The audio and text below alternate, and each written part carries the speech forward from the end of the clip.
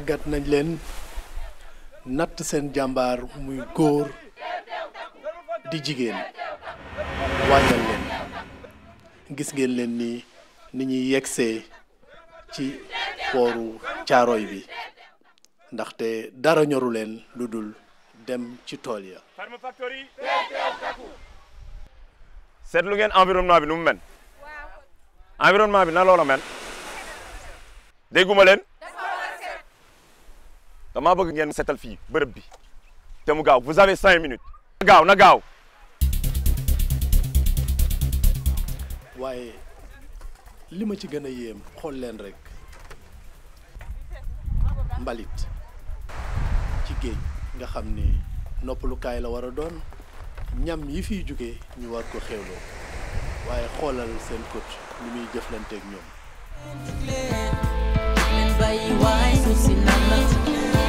na gaaw dañu nekk ci yoon dañu nekk ci yoon.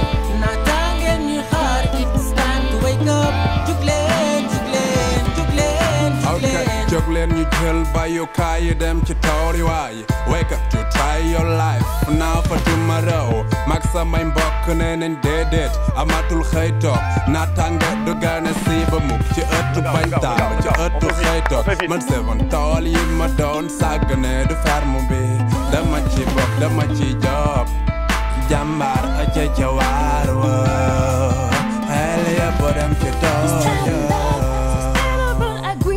is all that we need for security and self-sufficiency.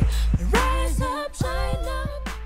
For ngeen mbalit mi ba pare ndax gëm ngeen ne environnement bi nii la war a mel ndax ca tool yi boo leen fa fekkee mbuus wala leen loo xamante ne bokk ci tool bi ndax di ngeen ko dindi wala doo leen ko dindi donc set ci yéen la war a njëkkee yéen la Sénégal di seetaan yéen a war a wone le bon exemple.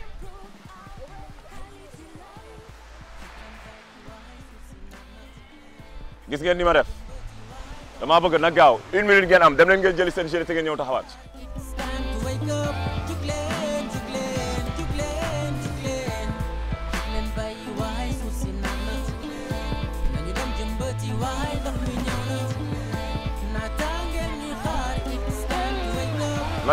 na gaaw.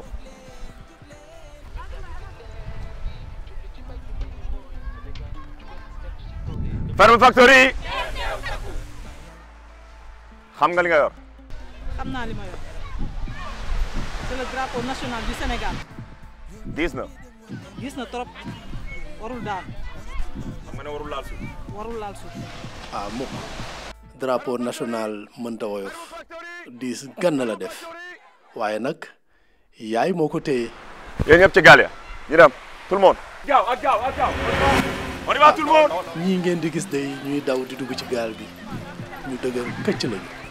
ñii yab nañu leen ñii xas nañu leen ñii de xam nañ li ñuy wuti xool leen rek ni ñuy dawee. ba tax duñu dem ngir njariñ seen réew sunu xaale yi. fii nag gis ngeen ni mooy pooru Caaroy yi ñu bëri bàyyeekoo fii sànku ci biir géej ngir wuti teraanga àdduna.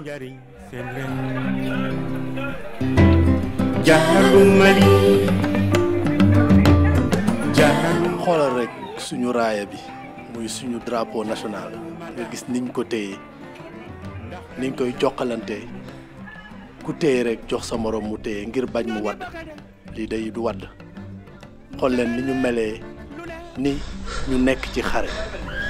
Belang avion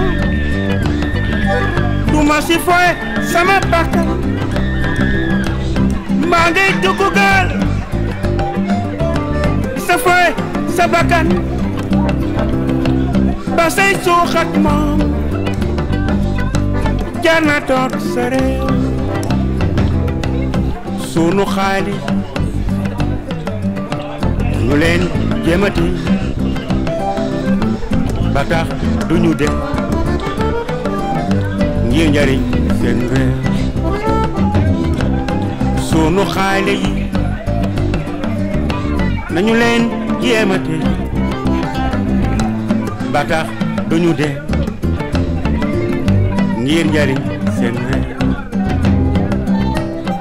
dem ci bitim waaw aventure bi nekk na lu doy waar tere lu ma lu ne bëri ndax bu ne gaal gi bala nga avion tool ya dina doy waar ndax gaal gi jëmoon Barça la Barça kon am na lépp lenn lu changé ñun jeune Sénégal dañuy xaas bi mu ngi ci suuf si te ñun dañoo bëgg génnee xaas bi nekk suuf si toog suñu réew tekkee suñu réew loolu lan ñu aventure bi jàngal lu bëree ngi ci ñu sant yàlla nag ñu ci yàlla boole di ci woo bépp ndaw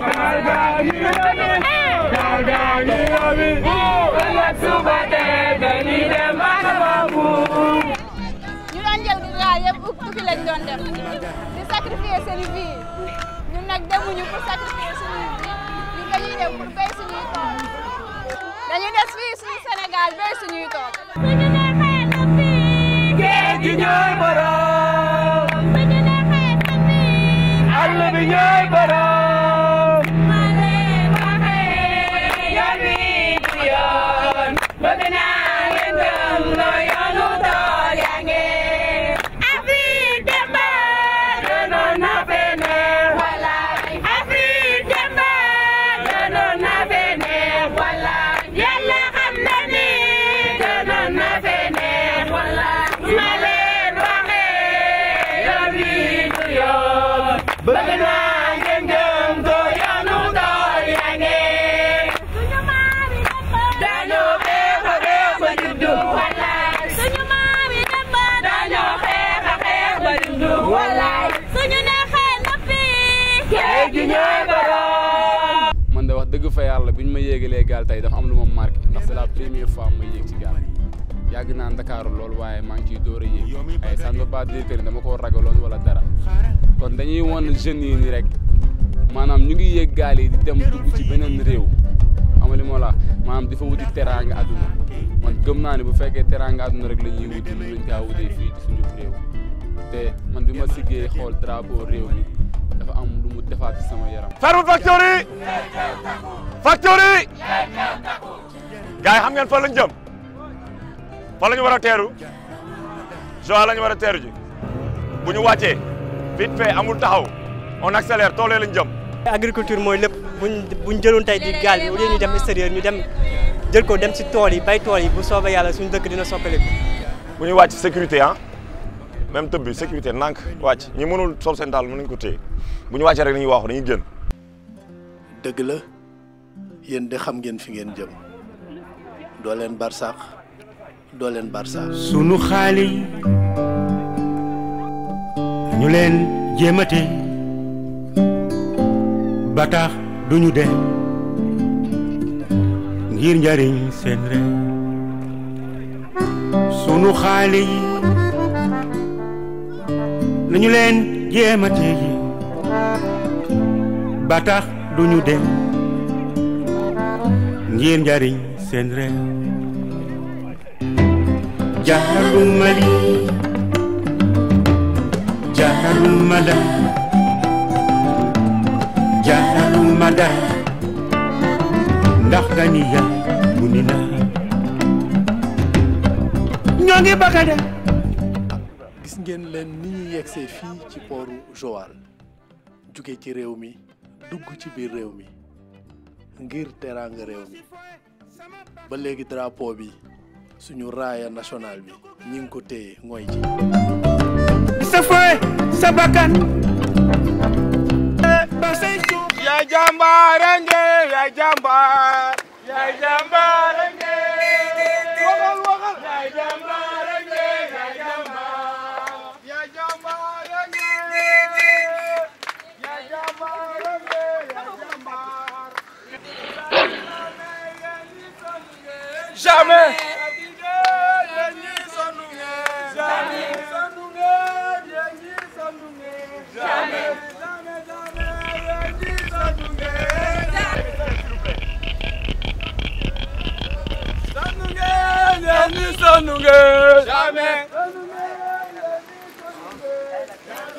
mel na di ñii dey dañ leen a tàggat ba dara safatu leen.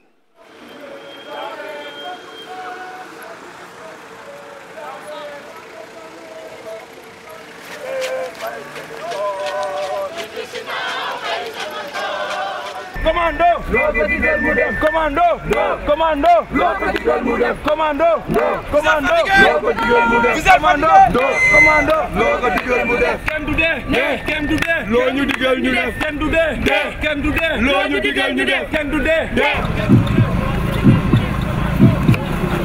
gisoo ndox ba léegi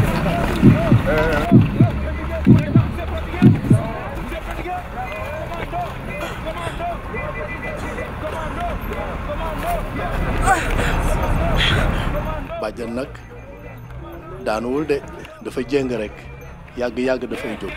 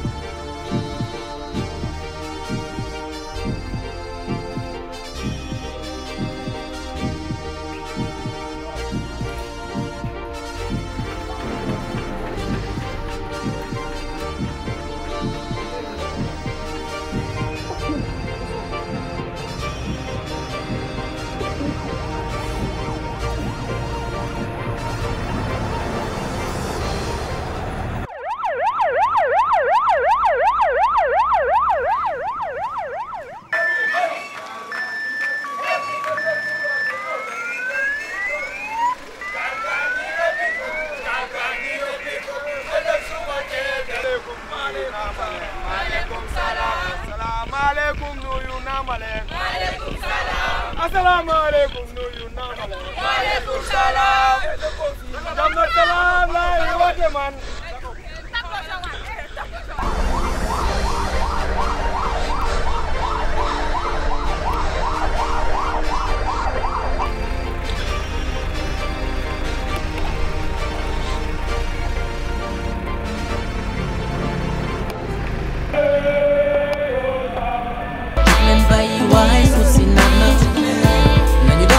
Why don't we know Natangel ni khar it's time to wake up to Glen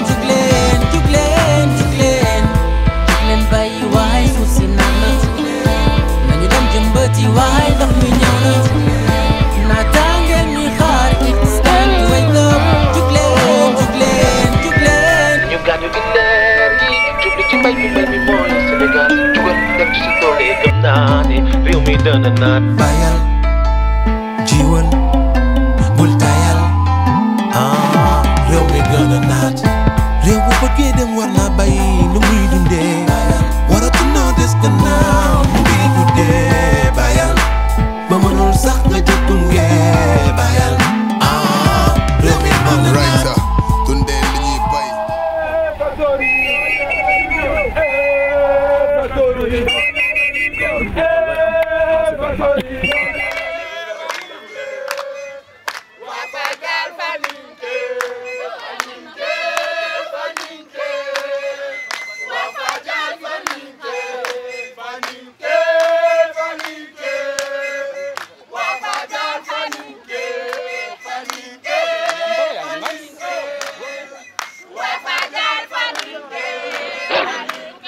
yegsi nañu nag ci fi nga xam ni foofu la ñu jëm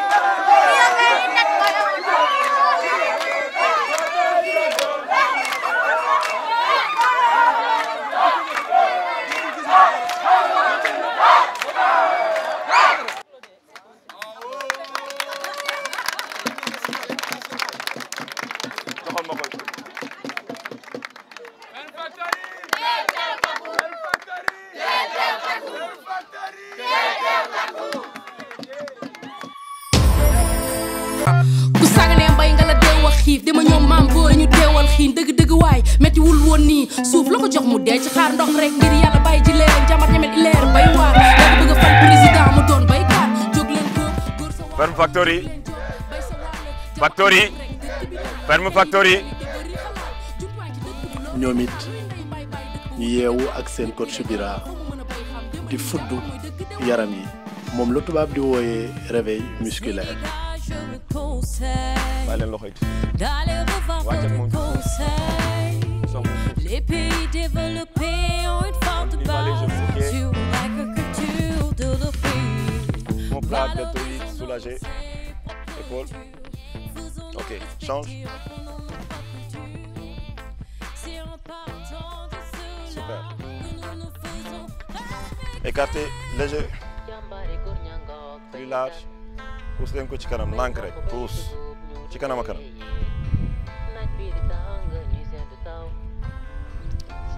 Sànniwaat doucement ci ginnaaw. wàcc ak moom. bu ñu siggee poussaat leen ko ci kanam. ramenez le bassin. Super. fii lañ jëm wet bi les hanches pousse leen ko na sës nañ ko yëg ci biir tànk yi. les adducteurs. ace ñu changé. ñu ci beneen wet bi. super. juste le haut du corps moom la ñuy wax. ok on fait le cercle s'il vous plaît. doucement. regardez les paumes. teg leen ko ci lombaire bi ci kaw. na dem ci kanam ak kanam.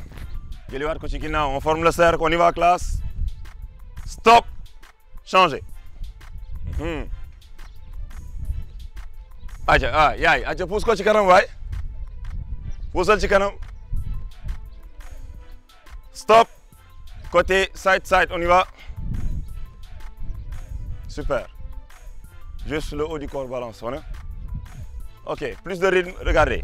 sànni leen ko benn wet bi rek acca ñu dem 2 3 4 na jaar ci kaw bopp bi 5 2 de plus et on change de côté ok super go changez go 1 2 encore classe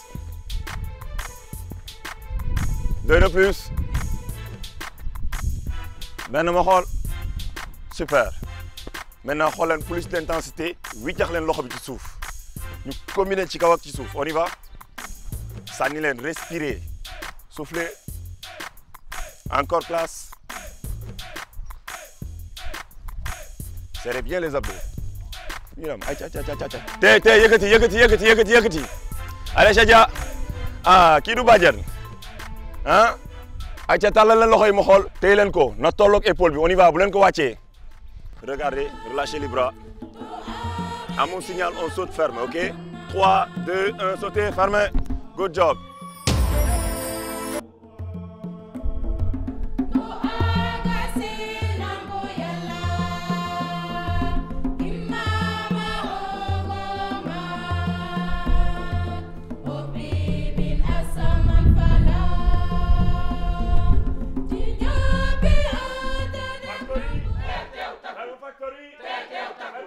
ñu jóg nag dem di nuyu ji ñi nga xam ni ñooy kilifa dëkk bi di Fadial. xanaa di leen di ñaanal bon retour rek. amiin amiin yéen a ngi seen kër kontaan nañ ci lool lii ñu def nii nag dëkk bi lañ ko waxal turu dëkk bi lañ ko wax waaw Fadial dafa uuf juróom-ñaari dëkk bon facteur yi bu ñu fi ñëwee ñëpp lañ ñëwal lu ñu wax nag ci turu dëkk bi lañ ko wax ak turu ñooñu yëpp mag ak xale boo demee ci dégg yi macha allah. nga dem ci géej gi la dañuy béy di sàmm di mbaal yaa ngooni Dramé boo bokkee ci loolu du ñu bet moom la sa jëkkër loolu lañ doon loolu la ñu xam bon nag li ngeen bugg yàlla bul yaakaar tas kale itam di suma jarbaat di Elisabeth Diam li ma ci waxoon rek moo di moom dafa yàgg a bugg activité yi bon nag su fekkee dans les zones culturelles agriculture dina ko mottali ñaar ñooñu yëpp am naa ci ñoom confiance. Joal bu taaru Joal bi nga xam ni moo ñu jural ki nga xam ni mooy suñu premier président de la République muy Léopold Sédar Senghor.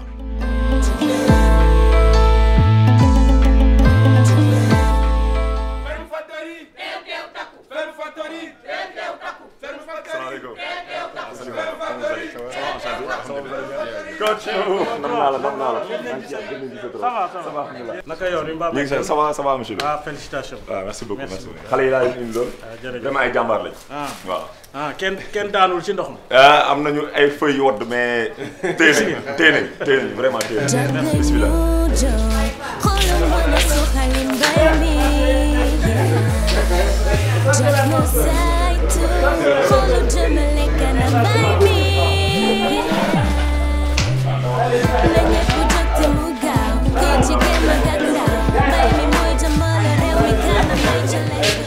Soyez les bienvenus. Et à Fadial, ça s'est bien passé. Dégg naa leen ngeen di tëgg bi rek. Monsieur le maire, voilà les braves apprenants de Ferme Factory qu'on avait lancé il y a plusieurs mois, je veux dire. On avait autour de nous plus de 200 personnes qui s'étaient portées volontaires pour être sélectionnées. Et parmi ces 200, une trentaine a été sélectionnée, qui sont venus maintenant séjourner dans votre commune, qui viendront ici séjourner, travailler. Et parmi ces 30, une équipe, je ne sais pas, de 20, je ne me trompe, sera aussi sélectionnée. Et donc ces meilleurs-là seront dotés d'une ferme que l'ANEDA va réaliser au détriment de ses vainqueurs. Donc on est venu donc vous amener les apprenants qui viendront dans votre commune. C'est vous qui êtes leur njaatige, donc vous les accueillez, vous les accompagnez. Au nom du président Ousmane Tanordien, le maire de la commune de Nguéniène, c'est avant-hier qui m'a appelé pour me demander de venir le représenter à cette cérémonie, parce qu'il est actuellement en session au niveau du Haut Conseil des collectivités territoriales. Donc c'est la raison pour laquelle il n'a pas pu faire le déplacement. Mais il est très honoré de vous accueillir dans sa commune et vous souhaite un excellent séjour au niveau de la ferme de Agababou. Je pense qu'il se félicite grandement du concept de Ferme Factory. Nous voulons remercier si accueil bi nga xam ne defal ngeen ñu ko ci ville Nguéniène te aussi suñu engagement ak suñu détermination ci lii nga xam ne moom la ñuy dugal muy agriculture fas yéene nañ ko téye pour doon un exemple di ci ñaan aussi succès pour ñeneen ñi nga xam ne ñi ngi ci ville bi doon ay jeunes di exercer aussi yeneen domaine mën a def li nga xam ne moom la ñu def ñun dellu si li nga xam ne mooy suñuy tool li nga xam ne moom la ñu am cultiver ko mën cee jëriñu mu doon li nga xam ne liggéey lay doon ëllëg. mbay moo yore dëkk tey soo gisee tey muy Amérique muy Europe muy Asie lu tax tey ñu développé wu c'est que dañoo am benn politique agraire forte et ambitieuse bu ñu wooyee la révolution verte. Révolution verte mooy nag mooy pour ñu mécaniser au Sénégal mu ñu tey on est au 21e siècle yeneen continent yépp ci àdduna ñu ngi mécaniser Afrique ñun ñu des. Il faut que l'agriculture soit une nécessité dans le pays.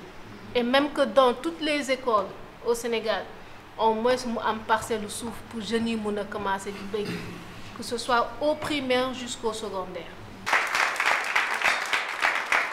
lépp loo gis mu développé monde bi ci suuf si la jógee or bi diamant bi pétrole bi amul lu jógewul ci suuf donc c'est ça la richesse yéen nag ce que je vais faire mooy vous féliciter. Vous tirez mon chapeau parce que vous avez fait le bon choix amul leneen actuellement lu mën a sauver monde bi lu la terre. xam nga xale soo demee ba am un certain âge muy góor muy jigéen lii sa soxla yépp mooy nga mën a am foo jàpp bay am une source de revenu permanente bu lay permettre nga créer un foyer et je pense que potentialité yi nekk ci agriculture suñ ko exploiter correctement xale yu bari mën nañ ci dugg tëdd ci créer des foyers ba ëllëg ak si biir vraiment la ñu doon wuti Europe wala lañ doon séntu ci administration wala ci entreprise yi ñu am ko ci biir mbéy mi. damay wax ne turu Nguéniène li ko andi mooy dañu amoon jafe-jafe ndox lool suñu maam yi di roote Ndofane ñii di roote Kunkujang di andi fii bu ko defee di nga enneeku ñaari yoon wala ñetti yoon ci yoon wi di nga sonn ndax dangay boot sa doom enu soit ndaa wala paan bu ko defee coono boobu ngay àndal di gañi mu ne fooy ñibbi mu ne Nguéniène ku nekk séeréer xam nga ne te no fo Guéña dëkk boobu di dox ba tey foo lamb rek am nga ndox mooma nag ki ko fi andi mooy Ousmane Tanor Dieng ak équipe am bi mu àndal. Farm Factory. Farm Factory. Farm Factory. Farm Factory.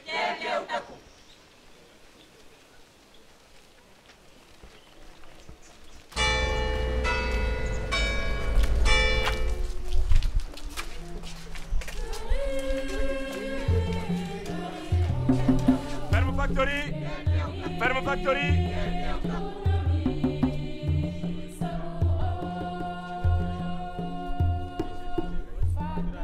Je suis prête, mais j'aime faire l'agriculture.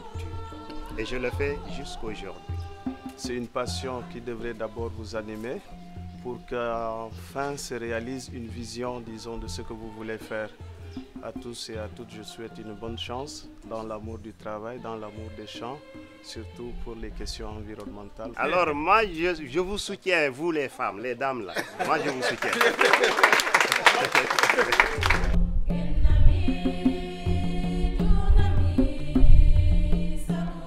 ci réew mi ci la diine yëpp maasee doon benn muy chrétien du musulman.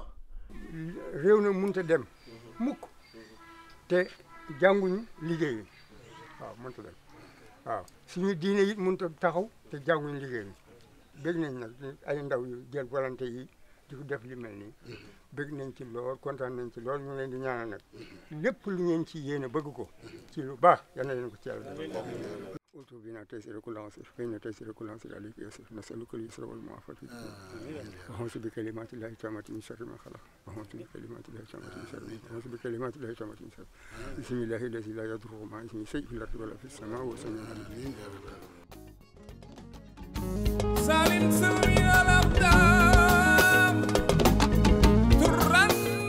Soyez les bienvenus. Merci beaucoup. léegi dañoo ñëwoon indil seen njaboot. parce que fi mu ne dañ fee ñëw. wala def ci dëkk bi lu war a tolloog ay weer. ay xale yoo xam ne dañoo bàyyi lépp luñ doon def. ñëw pour dëkk ak yéen. pour jàng mbay. pour doon ay baykat. dëkk nag boo fa demee. indi fay gan da nga ko war a yóbbu borom dëkk ba ba nga xamanteeg ñoom. xam na am na njaboot gu dool ci njabootam. pour mu booleen ci njabootam. jàppale leen ci lépp lu mu leen war a jàppale. moo tax ñoom ñu ñëw fi nuyu si la. pour wan la ne ñëw nañ. te dëkk. fa seene dëkk ak yow dénk la leen pour nga jàppale leen ci loo ci mën. bu ngeen jaxasoo nit ñi am ngeen fi ndey am ngeen fi baay am ngeen fi mag am ngeen fi rak. maa ngi ñaan seen nekkin ak ñun yàlla na gën a neex ci fépp fu ngeen jaar. alhamdulillahi rabbil alamin arrahman arrahim maliki yawmi din iyyaka na'budu wa iyyaka nasta'in siratal mustaqim siratal ladzina an'amta alayhim xayril mahdubi alayhim wala daalin. kontaan nañu parce que ay ndaw yu jóg. jóguñu dara pour lu dul développement dëkk réew mi. kooku moom yal na leen yàlla dimbale. yokk leen li ngeen nam aussi yal na ko yàlla eggali. waaw parce que démb ba tey ñu ngi leen di dégg ay Fadial ay Joal ay fu nekk. kon nag vraiment bu ñu toogee ba di leen di gis xam nga dinañ gën a góorgóorlu parce que yéen a ngi ñuy encouragé vraiment. jàmbaari góor ña ngoog baykat. lii ñu tracé tey loolu rek ay dëkk ndax ku nangoo jël sa doole def ko ci bërëb doole du orken foo def sa doole rawatina mbéy billahi wallahi wa taala la nga bëgg la nga sumb yàlla dina ko mottali ndax yàlla nee na ku ma nekkal ku ma sonal ma récompense xale yi yal na leen yàlla fayal seen ñoom ñi andiwaat cosaan di ko dekkal te nañu ñaax seeni nawle lii ñu def mu doon fi ay équipe ku ñoom ñu ngi dugg foo xamante ni neexalul kenn parce que nee naa leen foofu da ngay naan glace bu sedd tëdd am clim non tool la bay la waar nag boo fa demee bëgg faa def ay fan boo fa génnee nit ñi xool la waaru da ngay ji loo xamante ni jar na ko da nga ciy am pas-pas boo xamante ni boo génnee nit ñi am motivation bu ñu am pour que la nga duggoon ñoom ñu mën faa dugg loolu nag du como moo koy def loolu boo yambaree jarul ngay dem donc je les sens très motivés. ci nii ngeen di déparé dafa métti waaye nag ca kanam xam-xam bi bu duggee ngeen dugal ko ci béykat yi kon ku ne nga ñu mun a jëriñu. leen bàyyi waay suuf si naan la nañu dem jëmbati waay ndox mi ñëw na naataangeen ñuy xaar it's time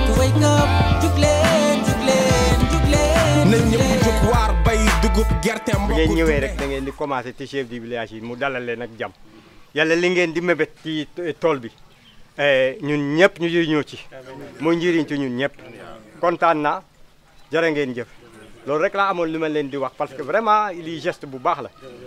gis naa ne pour ñu dëkk ak ñoom du jafe parce que ñëw nañ fi jaabante dem di ñëw lu bëree bëri mais gisuma ci ñoom lenn loo xamante ne bi dina tax suñ dëkkin ak ñoom ñaaw dinañ dal ak jàmm dëkk ak ñoom ci jàmm ak salaam. tegu ngeen ci yoon réew dëkk boo fa duggee da ngay nuyu borom dëkk ba kon wàcc ngeen.